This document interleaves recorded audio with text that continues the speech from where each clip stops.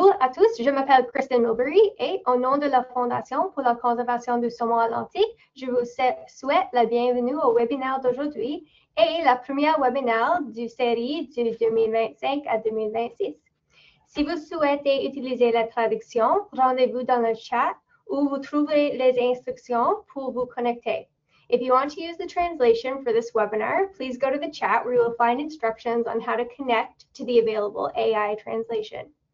Pour le webinaire d'aujourd'hui, nous sommes très heureux d'accueillir Nicolas Desron. Nicolas est professeur à l'Université de Laval depuis 2007. Nicolas ainsi que son équipe ont accompli des avancées majeures dans notre compréhension du rôle des symbiotes microbiennes associés aux poissons, en caractérisant leur recrutement, leur réponse aux différents facteurs environnementaux et les fonctions adaptives qu'ils confèrent à leur organisme hôte. En combinant des approches variées, par exemple le génomique, transcriptomique et probiotique, son équipe a été pionnière dans l'élucidation des mécanismes de réponse au stress en utilisant des approches de réseau d'interaction taxonomique ainsi que du rôle du génotype de l'hôte dans le recrutement des symbiotes microbiennes en conditions contrôlées et en milieu naturel. Plus particulièrement, l'équipe de Nicolas s'est intéressée à l'ensemble de facteurs régissant la dynamique compositionnelle du microbiote au premier stade de vie, soit l'ontogénèse précoce, avec les poissons modèles très différents, incluant le poisson zèbre, afin de mesurer les contributions respectives des symbiotes transmis verticalement et acquis horizontalement, y compris en milieu marais. Auteur de plus de 100 articles publiés dans des revues de premier plan, il a formé plus de 70 étudiants et professionnels de recherche. Actuellement, son équipe est composée d'une douzaine de personnes. Aujourd'hui, Nicolas vous parlera de symbiose hôte microbes chez les salmonides, implications pour l'aquaculture et l'ensemencement. Après la présentation de cet après-midi, nous ouvrirons la séance aux questions et réponses. Je cède maintenant la parole à Nicolas. Merci beaucoup, Kristen. Bonjour à toutes et à tous. Alors, je suis très heureux d'être invité à ce webinaire. Donc, aujourd'hui, pour vous parler des interactions entre les saumons et puis leur environnement microbien. Vous allez voir qu'au cours de cette présentation, nous allons prendre conscience que le rôle des symbiotes microbiens pour le saumon est d'une telle importance que ça suggère finalement l'importance de considérer l'écologie microbienne des poissons, notamment dans le contexte de programmes de conservation des populations de saumon. Et plus précisément sur les conditions d'élevage des saumons qui sont destinés à l'ensemencement, donc pour restaurer les populations en rivière. Alors, on va passer rapidement les différents aspects que je vais couvrir dans cette présentation. Donc, je peux comprendre que pour plusieurs d'entre vous, la notion de microbiote soit un peu obscure. Donc, on va prendre le temps de définir ce qu'est le microbiote et puis de voir dans quelle mesure ce microbiote pourrait être bénéfique pour le saumon. Et on verra ensuite que eh bien, ce microbiote, cette communauté qui constitue une communauté microbienne, est un système très dynamique qui peut être à l'équilibre ou en déséquilibre avec l'organisme hôte. Donc ici, en l'occurrence, on parlera du saumon. Ensuite, on verra justement l'importance de recruter des symbiotes microbiens dès les premiers stades de vie. Pourquoi? Parce qu'ils vont avoir un impact déterminant sur la santé du poisson à plus long terme. Et en ayant à l'esprit ces notions fondamentales, eh bien, on va pouvoir s'intéresser à l'impact des différentes techniques d'incubation, donc en écloserie, qui sont destinées à produire des larves de saumon destinées à l'ensemencement dans des rivières, donc toujours dans le but de conserver, de supporter les populations naturelles de saumon. Et donc, on en arrivera à la question vraiment importante, qui est de savoir comment on pourrait assurer le recrutement de symbiotes microbiens bénéfiques pour les saumons, pour leur survie une fois qu'ils seront relâchés en milieu naturel, donc dès l'étape d'élevage en écloserie, donc dès l'incubation des œufs. Et à cet égard, à la fin, on terminera avec une perspective d'un projet de recherche que j'ai à cœur de démarrer, qui pourrait, d'une certaine manière, apporter une petite révolution aux pratiques d'ensemencement pour, encore une fois, conserver des populations naturelles de saumon. Alors, commençons. Qu'est-ce que c'est que le microbiote? Alors, le microbiote, ça désigne une communauté microbienne qui est associée à un hôte eucaryote, c'est-à-dire comme nous, un animal ou une plante ou un champignon qui est pluricellulaire. Eucaryote, c'est-à-dire qu'il possède des cellules à noyau, contrairement aux bactéries qui, elles, n'ont pas de noyau. Et cette communauté, j'ai parlé du terme bactérie, mais elle ne comporte pas que des bactéries, puisque les microbes regroupent d'une part effectivement les bactéries, ou qu'on appelle également eubactéries, mais également des archées ou archébactéries, qui sont des organismes unicellulaires sans noyau, qui ressemblent à des bactéries, mais lorsque l'on regarde la généalogie avec les eucaryotes ici, dont nous faisons partie ici, vous voyez, avec le saumon et le petit lapin, il se trouve que les archées sont finalement plus apparentés aux eucaryotes qu'aux bactéries. Et enfin, il existe des organismes eucaryotes, mais unicellulaires, qui peuvent faire partie du microbiote. Et enfin, il ne faudrait pas les oublier, le microbiote contenant tous les micro-organismes, contient également des virus. Alors, cette communauté associée à notre organisme qui va coloniser nos surfaces corporelles, comme chez l'humain, ça va être par exemple la peau, la bouche, l'intestin, etc., les organes génitaux. Est-ce qu'ils représentent un nombre de cellules important par rapport à celle de notre organisme? Et la réponse, c'est que oui, puisque vous voyez que chez nous, chez l'humain, le nombre de cellules bactériennes est 3 fois plus important, 3 fois plus nombreux que nos propres cellules corporelles. Maintenant, je le disais tout à l'heure que ces symbioses microbiennes, donc ces associations entre bactéries et autres micro-organismes, et l'organisme hôte, qu'on parle du saumon ou de l'être humain, en quoi elles sont bénéfiques?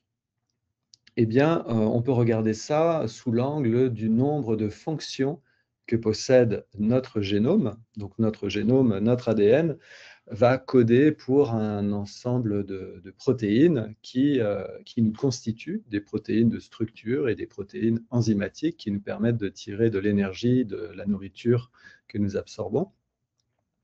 Eh bien, il se trouve que notre génome, puisqu'il a été séquencé au tournant des années 2000, ça a été, je dirais, un très grand événement, puisqu'à l'époque, on ne possédait pas encore la technologie actuelle de séquençage à haut débit. Et donc, le génome humain a été séquencé. Et avant de séquencer ce génome humain, les scientifiques faisaient des prédictions quant au nombre de gènes que contiendrait notre génome.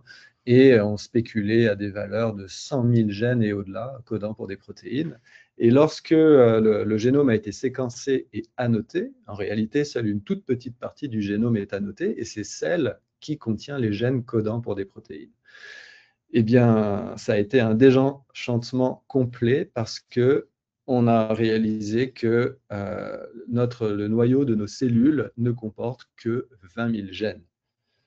Or, si l'on prend l'exemple de notre flore intestinale, donc le microbiote, l'ensemble des micro-organismes qui habitent notre intestin, eh bien, collectivement, ils nous fournissent 12 millions et demi de gènes fonctionnels. Donc, ce qui est d'un ordre de grandeur gigantesque par rapport au nombre de gènes encodés dans notre propre génome. Donc, si je prends cette image, on pourrait considérer que nos 20 000 gènes sont représentés par cette petite caisse à outils qui est fort sympathique, mais en termes d'échelle, si l'on devait la comparer à la caisse à outils que nous fournit le microbiote, eh bien, ça ressemblerait à ça. Alors, en termes de fonctions, on peut se demander, mais ces 12 millions et demi de fonctions uniques que nous fournit le microbiote, à quoi elles servent? Quels sont ces types de fonctions?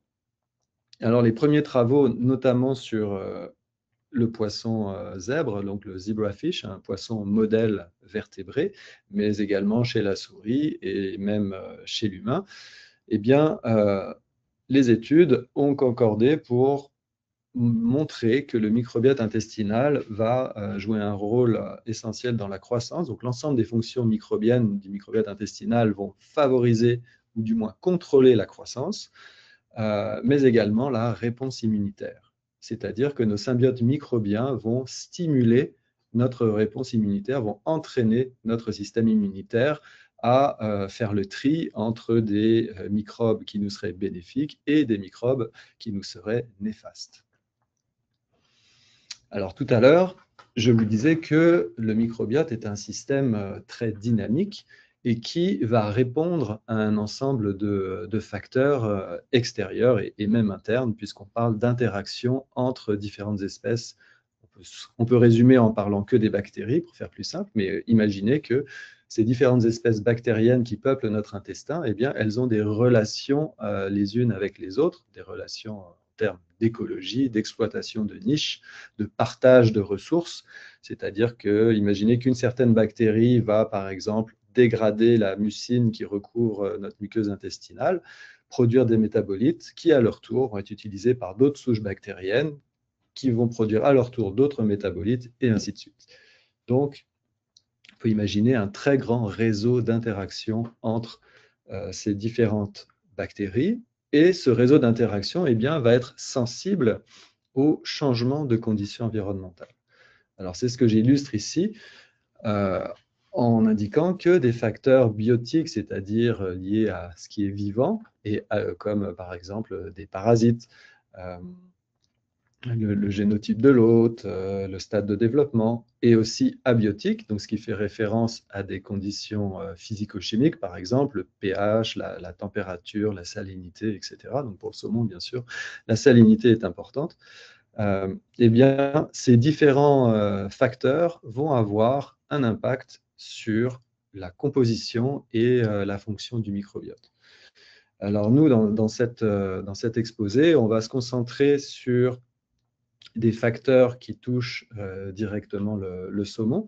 Alors, bien sûr, le génotype de l'hôte, en fonction de la population d'origine du saumon, eh bien, le microbiote va être particulier. On sait que le saumon a une forte adaptation locale, que chaque population de rivière, on le sait, ils sont philopatriques, hein, les géniteurs, lors de la montaison, on va dire à très grande majorité, retournent dans leur rivière de naissance. Donc il y a une philopatrie très très forte, et ce qui en même temps entretient une cohésion génétique pour chacune des populations de saumon qui sont propres à chaque rivière. Eh bien, cette cohésion génétique va avoir également un impact sur la composition du microbiote, notamment parce que notre génome conditionne notre système immunitaire. Et donc, comme notre système immunitaire va interagir avec le microbiote en faisant le tri entre certaines souches qu'elle va autoriser à coloniser notre corps, et au contraire d'autres dont elle en interdira l'accès. Il y a un lien immédiat entre le génotype et la composition du microbiote. Alors, chez les poissons, le bactérioplancton, donc ici je fais référence à l'ensemble de la communauté bactérienne qui vit dans l'eau qui entoure le saumon, eh bien, dans plusieurs travaux, et notamment sur les poissons en Amazonie, on a démontré que eh bien, ce bactérioplancton a une influence très importante sur le microbiote du poisson, notamment parce que lorsque les œufs sont pondus dans la rivière, eh bien, ils sont directement au contact de ces micro-organismes qui vont pouvoir coloniser ou non, selon leur nature, l'œuf du poisson. Et puis, on parlera également des différents stades de développement, puisque eh bien, le recrutement du microbiote est un phénomène donc dynamique et progressif, et la composition et l'activité du microbiote va changer au fur et à mesure des stades de vie de l'organisme, donc ici du saumon. En général, ce que l'on observe chez les poissons ovipares, c'est que le microbiote va, au cours du développement, se structurer. C'est-à-dire qu'au départ, on le qualifier d'un assemblage plus ou moins aléatoire de symbiotes environnementaux. Et à mesure que le poisson se développe, le système immunitaire va se mettre en route. Même au niveau de l'œuf, on sait maintenant que l'embryon possède des anticorps qu'il hérite de sa mère, donc des anticorps maternels qui vont déjà le protéger contre des souches pathogènes. Et donc, il va y avoir un dialogue continuel entre le système immunitaire du poisson qui va maturer et la communauté microbienne, donc qui est son microbiote, et ce, au fil des stades de développement, avec notamment au passage du stade saumono, donc qui est l'adolescence du saumon, où on sait que chez nous, on a été adolescent, de grands changements hormonaux se produisent. Chez le saumon, c'est pareil, et ces grands changements hormonaux ont un impact également sur la composition du microbiote. Et bien sûr, le séjour en mer, en changeant complètement d'environnement, va encore une fois avoir un impact sur le microbiote. Donc voilà, trois grands facteurs. Alors ici, je parle de facteurs biotiques qui sont très importants pour le développement et la maturation du microbiote.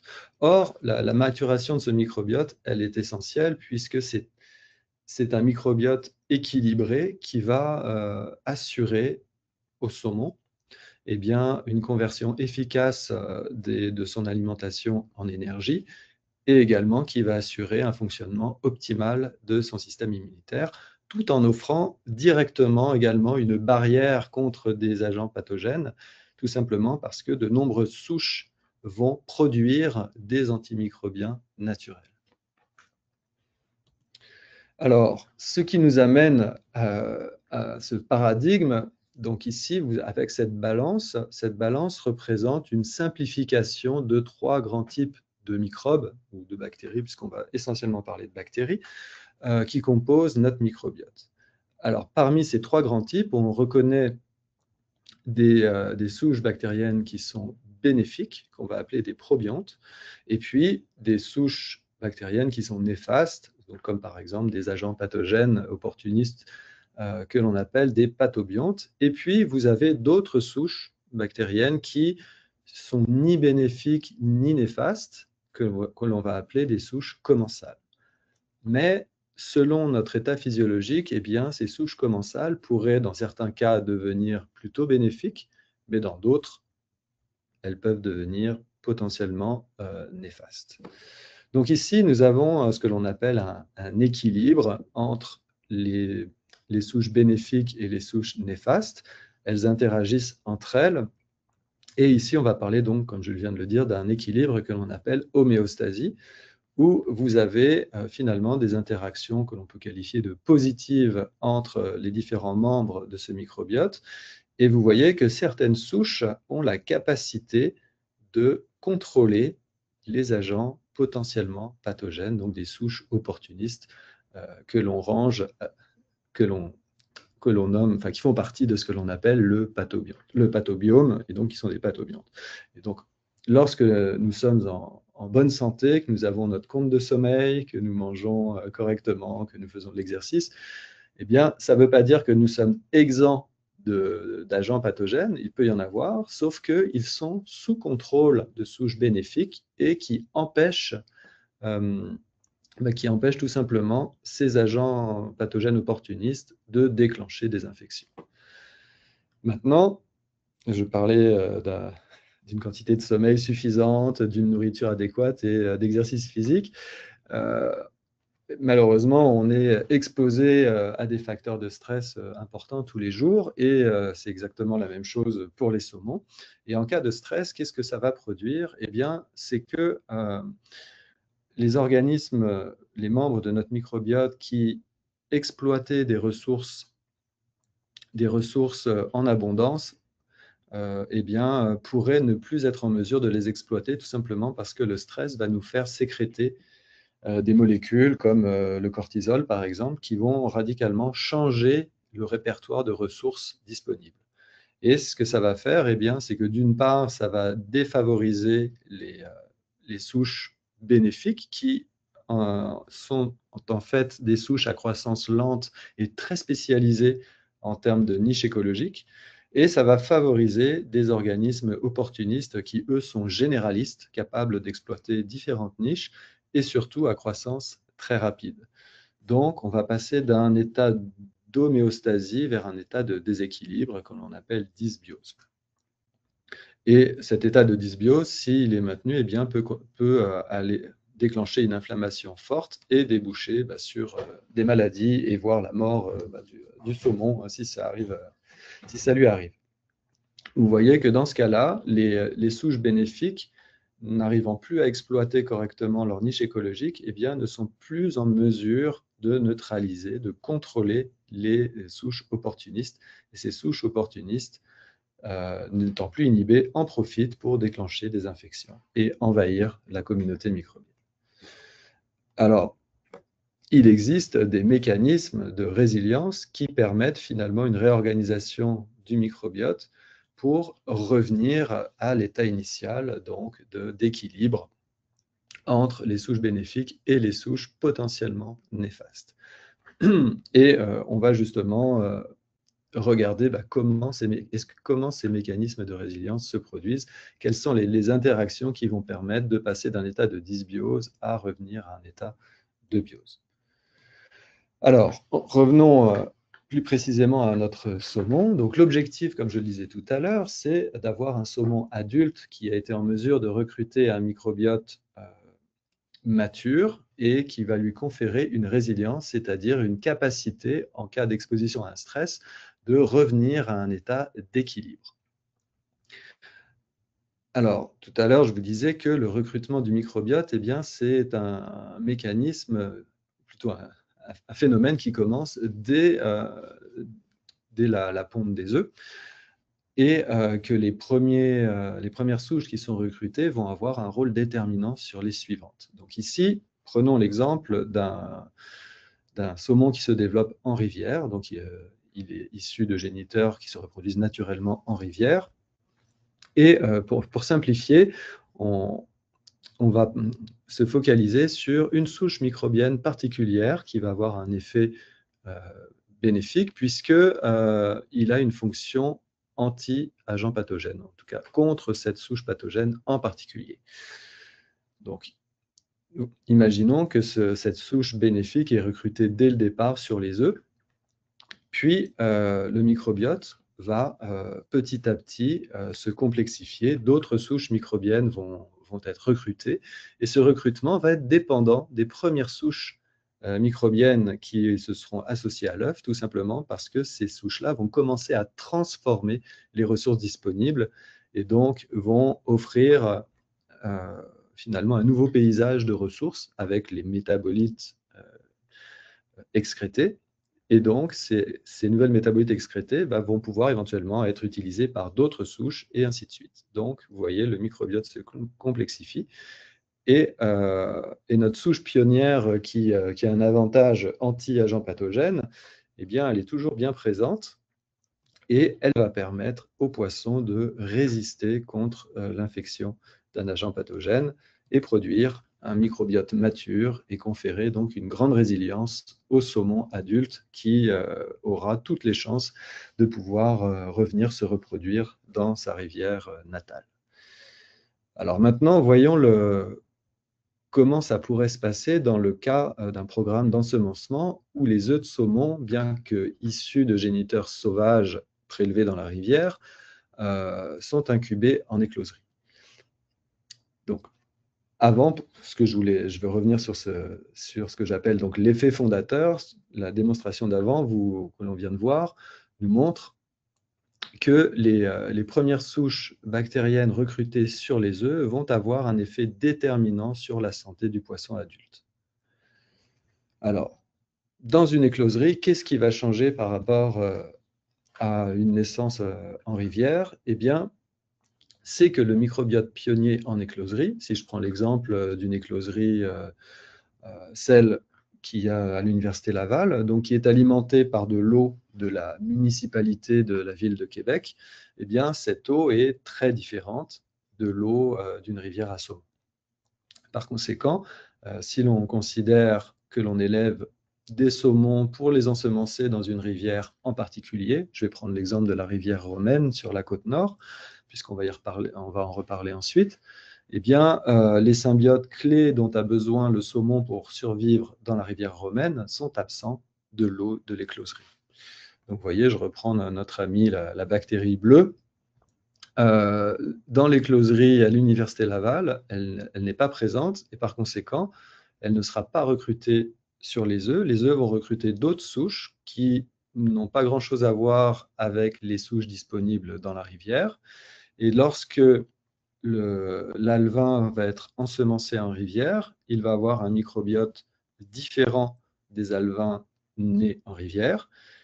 Et plus que ça, c'est que les symbiotes différents qui ont été recrutés dans l'écloserie vont transformer la niche écologique de l'œuf et plus tard de l'alevin, et donc vont permettre le recrutement de certaines souches et empêcher le recrutement d'autres souches. Et vous voyez que la souche bénéfique, si elle n'a pas été recrutée au début du développement des œufs, eh bien, c'est trop tard. Pourquoi? Parce que le microbiote est différent et ce microbiote différent va avoir un effet répulsif. On parle de résistance à la colonisation. Donc un effet répulsif qui va empêcher le recrutement d'un symbiote bénéfique une fois que l'alevin est ensemencé dans la rivière. Par conséquent, on a ce que l'on appelle une ontogénèse perturbée, inadéquate. Le poisson est sensible à l'agent pathogène n'ayant pas recruté la bonne souche bactérienne, et donc on va avoir un poisson mature sensible aux maladies, donc avec un microbiote déséquilibré. Alors, comment recruter un microbiote résilient? En quoi ça consiste? Eh bien, pour cela, il faut s'assurer de recruter donc les bactéries, notre amie la bactérie bleue, qui représente les symbiotes clés. Alors là, je vais vous montrer des expériences que nous avons faites avec le modèle poisson-zèbre ou zebrafish, qui est un petit poisson, un cyprinidé, qui est un modèle de laboratoire. Et ce que l'on peut faire, c'est qu'on peut manipuler assez facilement le microbiote de ces larves. C'est-à-dire que l'on peut produire des larves totalement dépourvues de microbiote, donc on parle de larves axéniques, donc sans microbes. Et ensuite, lorsqu'elles sont sans microbes, eh bien, on peut tester l'effet de certaines souches bactériennes et voir l'impact sur le développement de la larve. Alors à gauche, il ne faut pas avoir peur, je vous montre juste la technique rapidement pour produire des larves axéniques. Donc vous voyez, on part d'œufs qui sont fécondés. On les place dans des milieux de culture, puis ensuite on va procéder à différents traitements antimicrobiens, donc avec de l'iode, avec des antibiotiques, avec de l'eau de javel, alors bien sûr dans des concentrations et avec des temps d'exposition qui ne soient pas trop forts pour ne pas tuer les larves. Et ensuite, donc, on dispose de larves qui sont axéniques, donc dépourvues de microbiote. Alors, essentiellement, qu'est-ce que l'on a fait? On a testé des souches avec un effet bénéfique. On l'a déduit avec le résultat de l'expérience.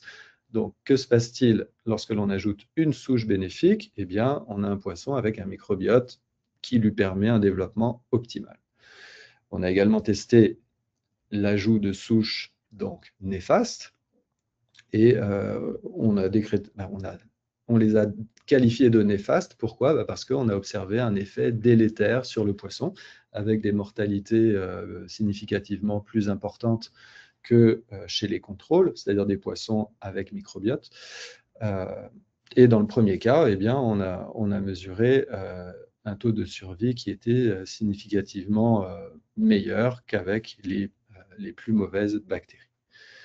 Et puis ensuite, à partir du moment où on a pu classer différentes souches bactériennes comme à effet positif ou négatif, eh bien, on a testé des combinaisons. Alors là, je montre une combinaison avec 2 souches, mais on en a testé avec 2, 3 et 4 souches. Et évidemment, l'objectif, c'était de voir l'impact sur la santé du poisson. Alors, commençons avec les associations monosouches. Vous avez les taux de survie des différents groupes. Et qu'est-ce que l'on observe? Je vais prendre 2 cas extrêmes. Vous voyez ici, dans un premier cas, on a une survie moyenne de 50%, qui est très en deçà du groupe, des groupes contrôle, et surtout qui est très en deçà de celle-ci, où vous voyez que cette bactérie Chryseobacterium indologène a un effet très positif sur la survie, puisqu'elle est même supérieure à des poissons avec microbiote. Alors, si elle est supérieure, il faut garder à l'esprit que ce sont des conditions très artificielles où il n'existe qu'une seule bactérie dans ce cas-là, alors que dans un groupe qu'on appelle conventionnel, c'est-à-dire que la larve a toujours eu son microbiote depuis l'éclosion, eh bien l'environnement microbien est beaucoup plus complexe. Si on avait mis cette larve-là dans un environnement plus complexe, il est possible que sa survie ait été moindre. Mais encore une fois, ça nous permet de déterminer quelles sont les souches qui, à effet individuel, vont être positives ou négatives afin d'avoir une banque de souches négatives et de souches positives. Alors, voyons 2 exemples. Donc, vous voyez, dans un premier cas, on va associer une souche positive et une souche négative, puis 2 souches dont l'effet était neutre, c'est-à-dire qu'il n'y avait pas d'amélioration particulière ou d'impact négatif particulier.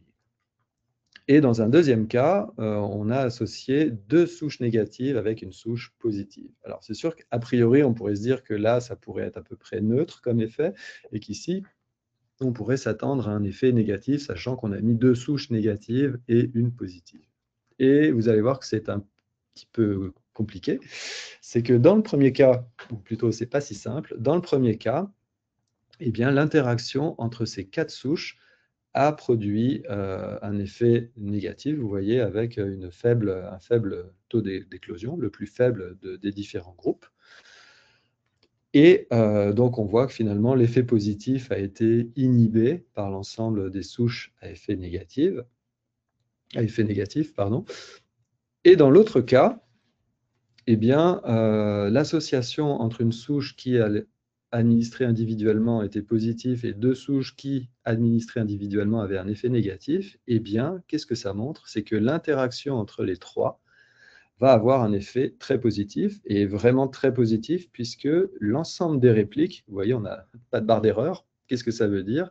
Eh bien, c'est que l'ensemble des répliques de cette expérience a eu des valeurs extrêmement proches en termes de survie, et vous voyez qu'on est, pour ainsi dire, à 100%. Alors revenons à notre paradigme de cet équilibre entre probionte et pathobionte. Donc vous voyez, en reprenant nos petits schémas, on va associer une souche positive avec une souche négative, on ajoute des souches considérées comme neutres, puis on aimerait comprendre ce qui s'est passé. Dans le cas où on a eu un effet de résultante positive sur la santé du poisson, et dans l'autre cas, on a eu un résultat négatif, une résultante négative sur la santé du poisson. Alors pour cela, qu'est-ce qu'on en a fait? On a regardé les proportions de ces différentes bactéries chez les poissons à la fin de l'expérience pour voir est-ce qu'il y a eu des relations de compétition, est-ce que dans un cas, les souches néfastes ont été éliminées, ou au contraire, est-ce que en interagissant avec la souche bénéfique, finalement, elles auraient adopté un comportement bénéfique. Et donc, ça nous permet d'avoir une petite idée, un aperçu finalement de mécanismes naturels de résilience. Alors, le premier cas de figure, vous voyez, on a associé 4 souches, une bénéfique, 2 neutres et une néfaste. Et la résultante de l'effet, ça a été négatif. Alors, que s'est-il passé en termes de dynamique d'interaction entre ces 4 souches? Eh bien, voici les 3 répliques de l'expérience. Donc, ce sont les résultantes de au moins 10 poissons, 10 larves de poissons dans chaque groupe. Eh bien, on voit que dans un premier cas, c'est une souche neutre qui a pris le dessus, mais la résultante de l'effet, en tout cas de l'interaction entre les 4, a conduit à une mortalité importante. Dans le deuxième cas, on voit que les 4 souches sont encore présentes, interagissent ensemble, et probablement que la souche néfaste a finalement l'effet le plus important. Possiblement que les 2 souches qui étaient censées être neutres ont eu des effets négatifs, comme on l'a vu ici, que c'est possible.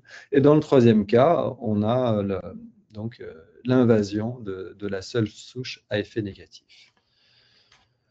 Donc, nous n'avons pas de résilience dans ce cas de figure.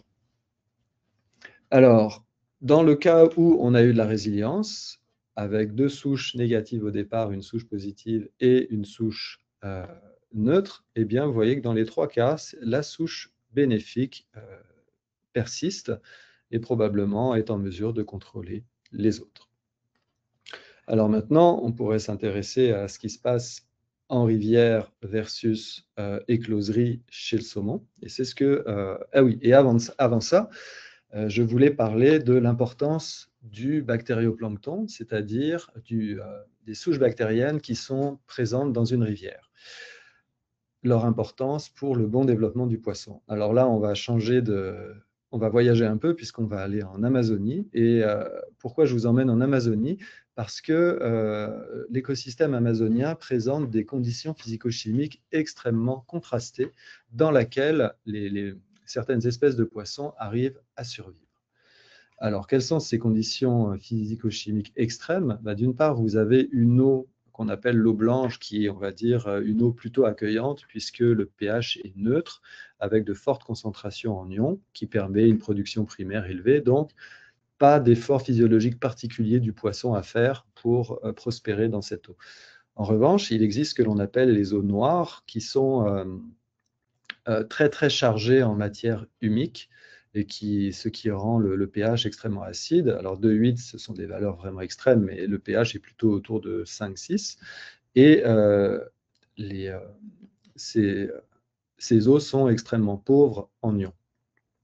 Et donc, en termes de défis physiologiques pour le poisson, notamment à propos de l'ionorégulation au niveau des branchies, eh bien, c'est extrêmement demandant de survivre en eau noire. Donc, l'eau noire présente finalement une condition extrême qui va nous servir de modèle pour tester l'influence du bactérioplancton, donc de la rivière naturelle, sur le recrutement d'un microbiote adapté à la survie pour le poisson dans ce milieu naturel. Alors, qu'est-ce que l'on a fait? On a repris nos larves de d'agneau et on les a exposées à de l'eau noire, donc on va dire très hostile, et à de l'eau blanche. Dans l'eau noire, on a fait 2 groupes expérimentaux, c'est-à-dire que on les a mis avec ou sans bactérioplancton. Et donc, pour le bactérioplancton, on a utilisé 2 bactérioplanctons, celui de l'eau noire, donc qui est censé être adaptatif, bénéfique pour le poisson, pour sa survie, et un bactérioplancton qui vient d'une rivière totalement différente, en eau blanche, qui ne devrait pas être adaptatif pour le poisson, pour sa survie en eau noire. Et on a fait les mêmes combinaisons en eau blanche. On a exposé donc pendant 18 heures les larves de poissons zèbres, et voici ce que nous avons obtenu. Eh bien, nous avons pu démontrer que le bactérioplancton d'eau noire a effectivement un rôle adaptatif. Pourquoi? Parce que c'est le seul qui confère une survie optimale aux larves axéniques de d'agneau en eau noire. Vous pouvez le visualiser ici. Nous avons donc eau noire, non stérile, c'est-à-dire avec le bactérioplancton, et c'est le bactérioplancton d'eau noire. Donc les symbiotes d'eau noire vont permettre une très très faible mortalité, donc une bonne adaptation des larves à l'eau noire. Ce qui est remarquable parce que le poisson, le d'agneau, ne vient pas d'Amazonie, donc ce n'est pas un poisson qui physiologiquement pourrait être adapté à l'eau noire. Et lorsque l'on utilise un bactérioplancton d'eau blanche, donc qui est pas adapté à l'eau noire, on voit tout de suite que la mortalité augmente et est même proche, vous voyez, de la mortalité maximale que l'on observe chez les larves qui n'ont pas de bactérioplancton, donc qui ne recrutent pas de microbiote.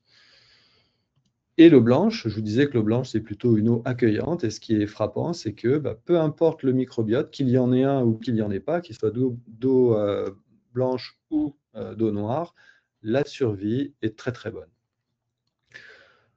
Donc, c'est ce que je dis ici. Et donc, ce que cette expérience prouve, eh bien, c'est que le bactérioplancton de l'eau en général, de l'eau d'une rivière, pour un poisson en particulier qui vit dans cette rivière, va jouer un rôle essentiel pour sa survie, pour son adaptation. Alors, voyons ce qu'il en est pour les saumons ensemencés en rivière. Donc ici, on va utiliser le modèle d'interaction, de réseau d'interaction bactérienne que l'on a vu rapidement tout à l'heure. Je vais passer très vite maintenant. Qu'est-ce que c'est qu'un réseau équilibré d'interaction bactérienne? Eh bien, ce que l'on voit, on a beaucoup de souches différentes et beaucoup de connexions entre elles et très peu de souches néfastes, c'est-à-dire opportunistes. Et pourquoi? Parce que les souches bénéfiques vont contrecarrer les effets négatifs, vont contrôler les souches négatives. Et donc, ça va faire un poisson en bonne santé. Au contraire, lorsque le poisson est exposé à un stress, ça va créer une dysbiose. Donc ici, on voit qu'on a beaucoup moins de souches bactériennes en interaction et peu de connexions. Et les opportunistes vont prendre le dessus dans ce type de réseau et ça va, alors je caricature, ça va donner un poisson qui se porte moins bien, en moins bonne santé.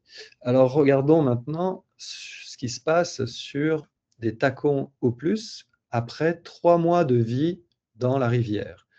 Donc on compare des tacons 0+, qui sont issus des closeries à gauche, et on les compare à leurs homologues sauvages, donc nés en rivière. Et qu'est-ce que l'on remarque déjà? C'est que le réseau des tacons qui sont nés en écloserie est beaucoup moins connecté que le réseau des tacons nés en rivière.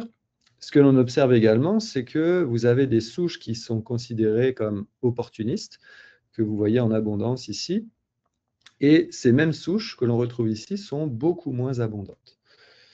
Et chez les tacons sauvages, qu'est-ce que l'on observe aussi? Une importante contribution de bactéries acidolactiques, donc les firmicutes, et on sait que, donc ça c'est du microbiote intestinal de saumon, on sait que chez le saumon, à mesure qu'il grandit, eh bien, il va avoir de plus en plus de lactobacilliacées dans son intestin. Donc c'est un signe positif.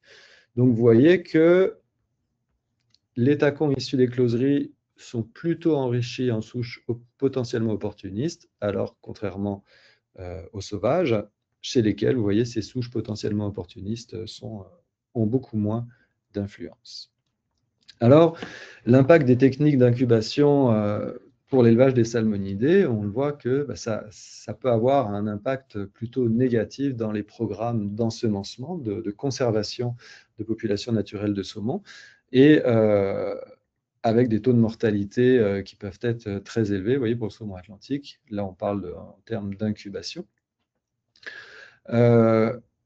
Et aussi ce que l'on observe lors de la montaison, c'est-à-dire lors du retour de saumon, des sauvages et des ensemencés, eh bien, le taux de survie des saumons issus d'ensemencement peut aller jusqu'à 40 fois, peut-être jusqu'à 40 fois plus faible que les sauvages. Donc, c'est ce qui a été mesuré dans la corporation du bassin versant de la Jacques-Cartier, donc dans la région de Québec.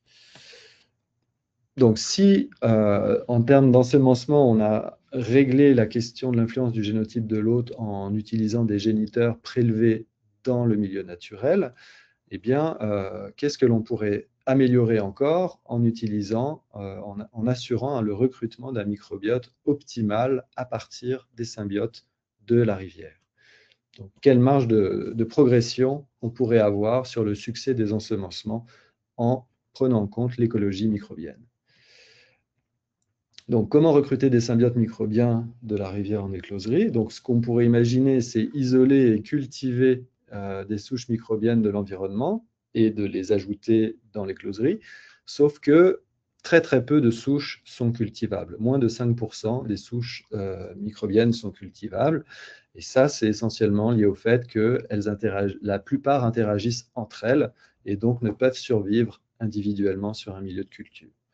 Donc l'autre possibilité, c'est d'utiliser l'eau de la rivière, et c'est ce qu'a fait le projet de recherche sur la rivière Romaine, donc sur la côte nord du Québec, avec la société Saumon Rivière Romaine.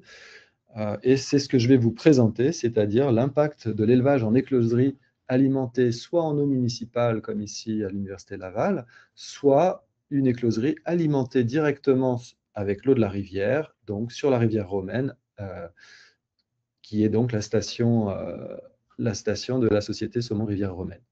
Et donc, quel va être l'impact sur les œufs, mais également sur le microbiote des alevins, des tacons et des saumonaux. Donc, on va comparer des ensemencés et des sauvages. On va le voir à court terme, c'est-à-dire la différence des œufs avant l'introduction en rivière, puis on verra sur le plus long terme, après introduction en rivière. Donc, des tacons ensemencés 0+, donc on va voir la différence entre les deux écloseries, aux rivières, aux municipales, comparées aux sauvages, et enfin au stade saumonaux, où là on aura des résultats uniquement sur les ensemencés, indissociablement des deux écloseries, et par rapport aux sauvages. Alors, le matériel et méthode, donc vous voyez ici la rivière la rivière romaine. Donc, on va comparer les alevins vésiculés, ceux qui ont été élevés sur la station alimentée en eau de la rivière, et ceux élevés à l'Université Laval dans une eau municipale. Pour cela, et ensuite, on verra en milieu naturel donc, ce qu'il en est pour le microbiote des tacons et des saumonaux. Alors, je vais passer sur la méthodologie. Par contre, ce que l'on va regarder, c'est que on va comparer le nombre de taxons, on appelle ça la richesse, c'est-à-dire dans le microbiote, quel est le nombre de taxons microbiens entre ces différents groupes expérimentaux, et on va regarder aussi la distribution d'abondance des taxons. Est-ce que dans certains cas, vous avez comme ici des taxons qui sont dominants, ou au contraire, est-ce qu'on n'aurait que des taxons qui seraient représentés à très faible abondance? Alors, commençons par le microbiote des alevins juste avant l'introduction en rivière. Donc, en bleu, vous avez les alevins incubés à l'Université Laval avec une eau municipale différente de la rivière. Et à droite, vous avez les tacons dont les œufs ont été incubés dans la station de la rivière Romaine, alimentée par l'eau de la rivière Romaine. Premier constat, ce que l'on voit, eh bien, c'est que vous avez beaucoup plus de taxons pour les tacons qui sont incubés à l'Université Laval, mais on a beau en avoir plus, ces taxons-là ne sont pas spécifiques de la rivière Romaine. Au contraire, ici, on en a moins, mais on sait qu'ils sont spécifiques de la rivière Romaine. En termes de structuration du microbiote, donc la distribution d'abondance des taxons bactériens, on remarque que cette distribution est très élevée pour les alevins incubés, les œufs incubés à l'Université Laval. Qu'est-ce que ça veut dire? Eh bien, c'est que chaque taxon bactérien a une faible abondance et ils ont tous à peu près la même abondance. Et ça, c'est synonyme d'un microbiote très peu mature, généraliste. Or, ce que l'on sait quand on regarde ici les alevins issus des œufs incubés à la rivière Romaine, eh bien, on a une distribution d'abondance qui ressemble beaucoup plus aux individus sauvages, c'est-à-dire très structurés avec des taxons qui sont à très forte abondance, donc des taxons dominants, et des taxons plus rares. Donc, un microbiote très structuré. Alors, regardons la composition de ces microbiotes. En quoi sont-ils différents? Là, regardons la distribution d'abondance des différents taxons. Donc, vous voyez à gauche la distribution d'abondance des taxons au Larsa, donc à l'Université Laval. Et lorsque l'on compare à celle observée à la station de la rivière Romaine, on voit que c'est extrêmement différent et que vous avez un conditionnement, vous voyez, une influence du bactérioplancton qui est évidente. Vous voyez ici, ça c'est l'eau de la station rivière Romaine. Et vous voyez que le profil est très proche de celui mesurée sur les œufs. De même que ici, vous avez le profil qui est très différent de l'eau municipale à l'Université Laval et qui va avoir évidemment une influence sur le microbiote des œufs. Ensuite, qu'est-ce que l'on remarque? Pour la station de la rivière Romaine, eh bien, on voit une surabondance d'un genre qui est Methylobacterium. Et Methylobacterium, on va voir que, donc, déjà, on a vu que l'impact majeur du bactérioplancton, et Methylobacterium, eh bien, c'est une souche qui est intéressante puisqu'il a été associé à une meilleure condition physique chez les salmonidés, notamment parce qu'il permet une réduction des souches pathogènes opportunistes. Et enfin, c'est une souche que l'on retrouve en abondance chez la grande majorité des individus, des échantillons de saumon atlantique. Donc, on dit qu'il fait partie du corps. En anglais, c'est core, ou en français, on peut dire le cœur, mais en tout cas, les souches bactériennes les plus représentées dans le microbiote intestinal du saumon atlantique. Donc maintenant, regardons les tacons 3 mois après l'introduction en rivière. Donc là, ce sont des poissons en rivière. Et on va comparer les 3 groupes. Donc ici, vous avez l'Université Laval avec l'eau municipale, la station rivière romaine alimentée par l'eau de la rivière romaine, et enfin, les tacons qui sont nés en rivière. Et en termes de richesse spécifique, vous voyez que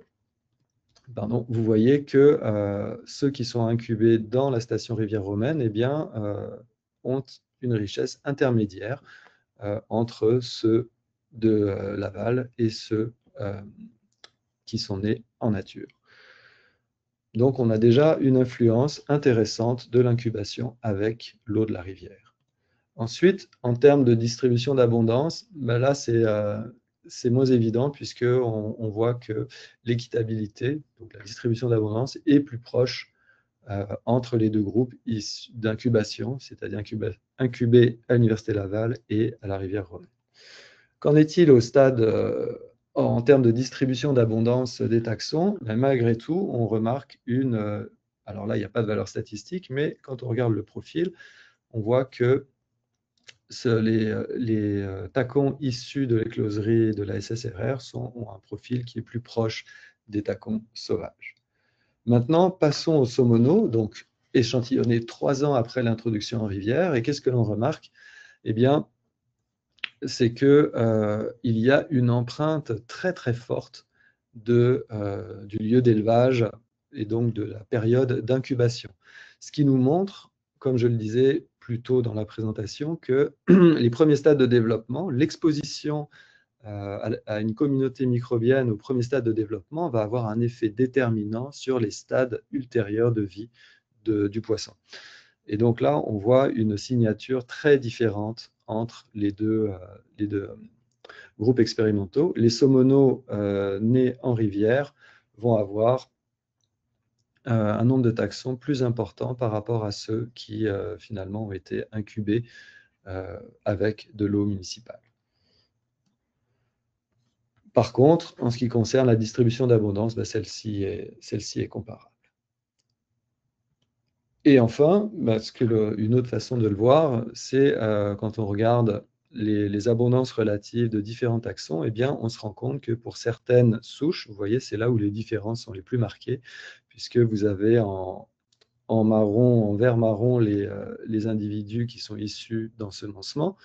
Donc, vous voyez des abondances très très faibles, et au contraire, beaucoup plus élevées ici pour ces 2 premières souches. Et vous avez exactement le contraire ici pour les 3 dernières. Donc, vous avez des différences, on peut parler d'empreintes d'écloserie qui persistent après 3 ans passés en rivière. Alors, vous allez me dire, en bout de ligne, on aimerait savoir si ça a un impact sur la survie des saumons.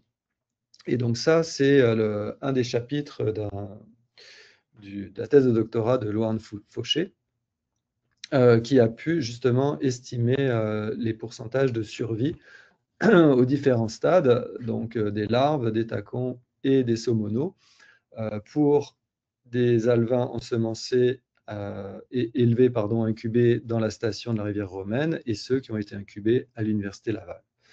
Et donc, qu'est-ce que l'on remarque? Vous voyez à droite, eh bien ici, la survie est bien meilleure pour les œufs qui ont été incubés à la rivière romaine. Et enfin, pour ce qui est des saumoneaux, ou en fait des différents stades de vie, vous avez les larves, les tacons et les saumoneaux, mais c'est le plus marqué pour les saumoneaux. Vous avez le ratio entre ceux qui ont été élevés à l'Université Laval et ceux qui ont été élevés à la rivière romaine. Et donc là, en étant très en dessous de 1, bah, ça veut dire qu'il est très en faveur de ceux qui ont été élevés à la rivière romaine, donc, dont les œufs ont été incubés à la station de la rivière romaine.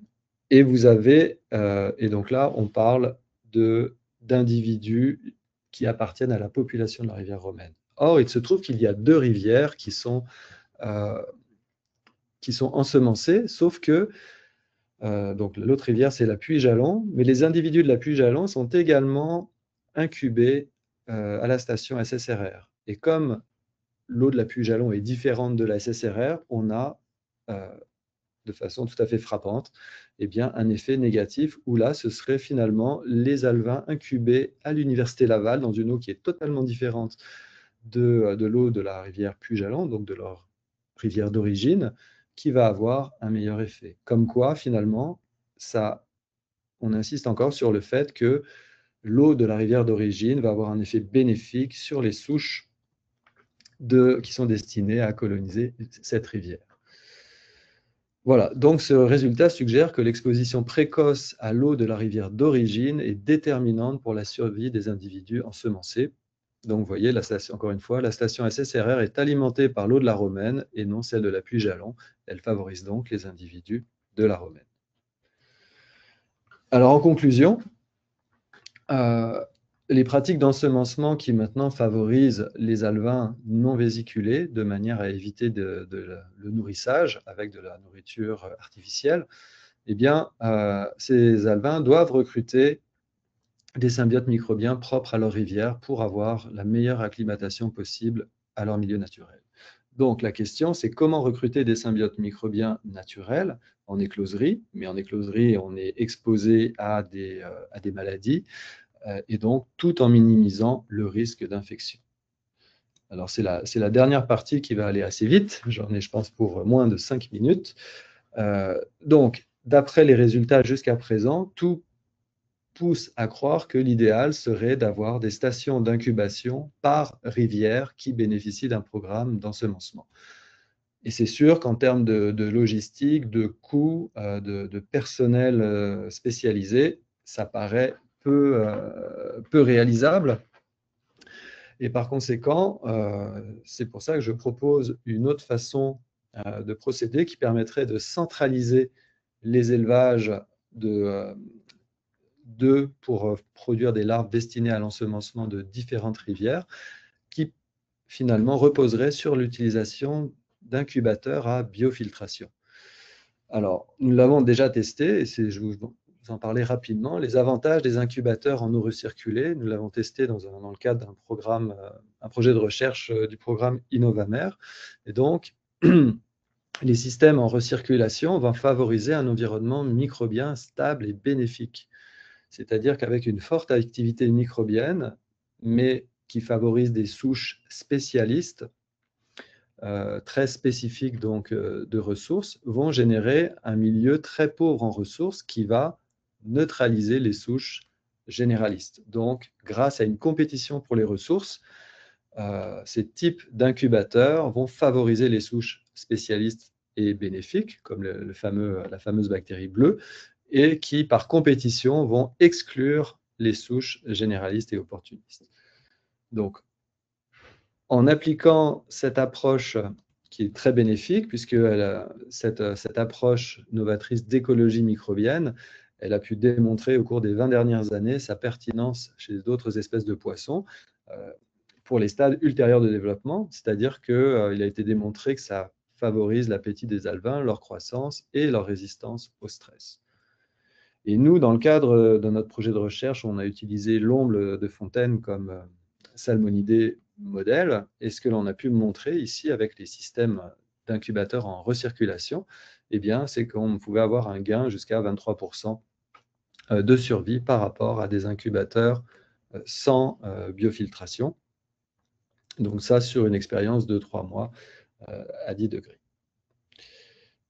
Donc, pour conclure, eh bien, ce que je proposerais et ce que je voudrais tester avec des collègues, notamment en Norvège et puis au Biodôme de Montréal qui sont spécialisés en biofiltration, eh bien, c'est de développer des prototypes d'incubateurs qui seraient alimentés, qui seraient comment dire, inoculés avec de l'eau de la rivière. Donc, chaque lot d'œufs qui serait destiné à une rivière en particulier serait placé dans son propre incubateur en circuit fermé.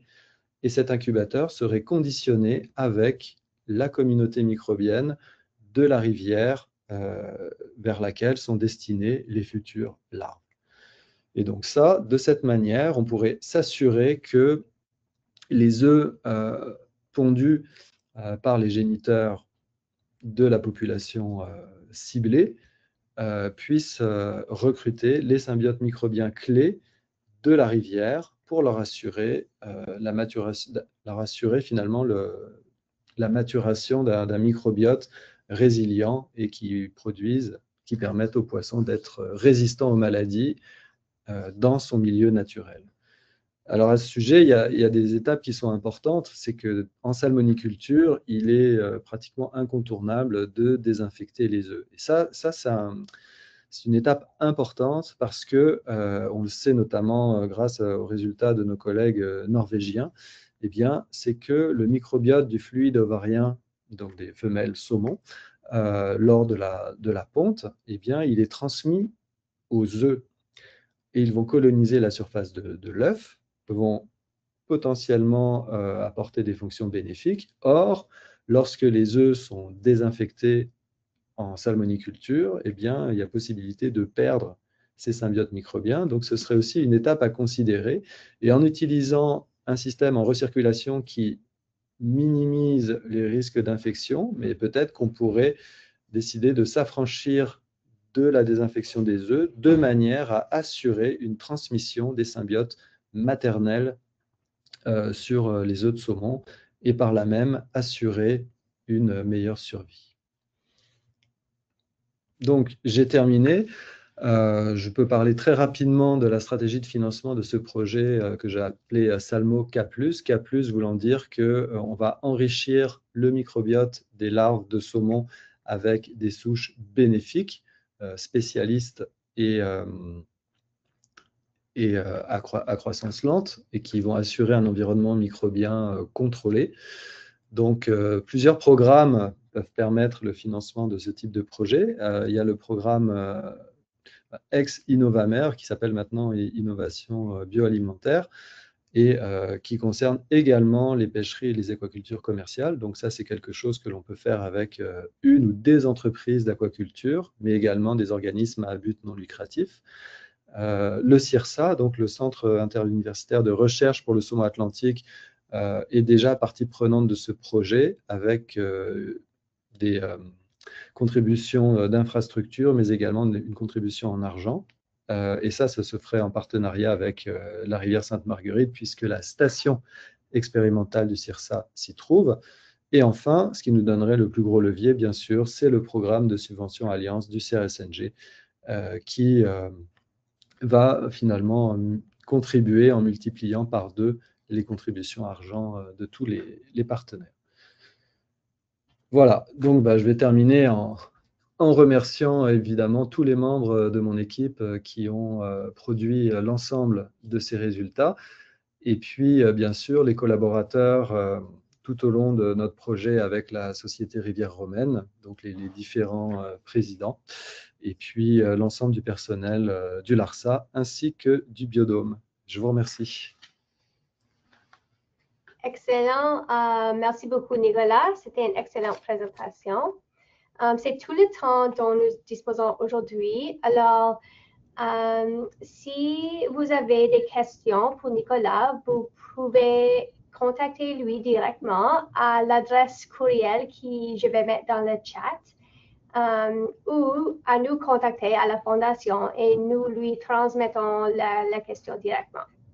Nous avons enregistré la session qui serait disponible sur notre page YouTube Et je tiens à rappeler à tous que notre prochain webinaire aura lieu le 1er octobre avec Nutwik Woolseth, chercheur à Norse Research. Le titre du webinaire sera « Les périls de prédire l'avenir, le saumon atlantique et la survie marine » et ce webinaire sera en anglais. Encore un grand merci à Nicolas et à tous ceux qui ont participé. Nous espérons vous revoir au prochain webinaire. Merci beaucoup. Merci, au revoir. Au revoir.